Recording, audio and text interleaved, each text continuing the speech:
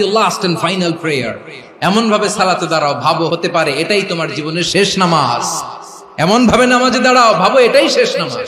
তাহলে নামাজে একাগ্রতা বাড়ায় দিবে কে? ফলে ইবাদতের ইহসান আমাদের অর্জিত হবে।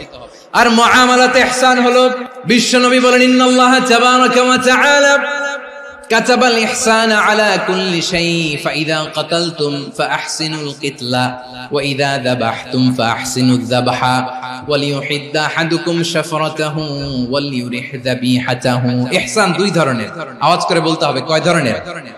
একটা হচ্ছে ইহসান ফিল ইবাদা, ইবাদতে ইহসান। ইবাদতে ইহসান কি? একাগ্র অনুভব দিয়ে ইবাদত করা, মন প্রাণ দিয়ে ইবাদত করা। আর মুআমালাতে ইহসান কি? সব কাজে, দৈনন্দিন কাজে, কর্মে, সামাজিক অ্যাক্টিভিটিতে কোমলতা প্রদর্শন করা, অনুগ্রহের সাথে সবকিছু করা।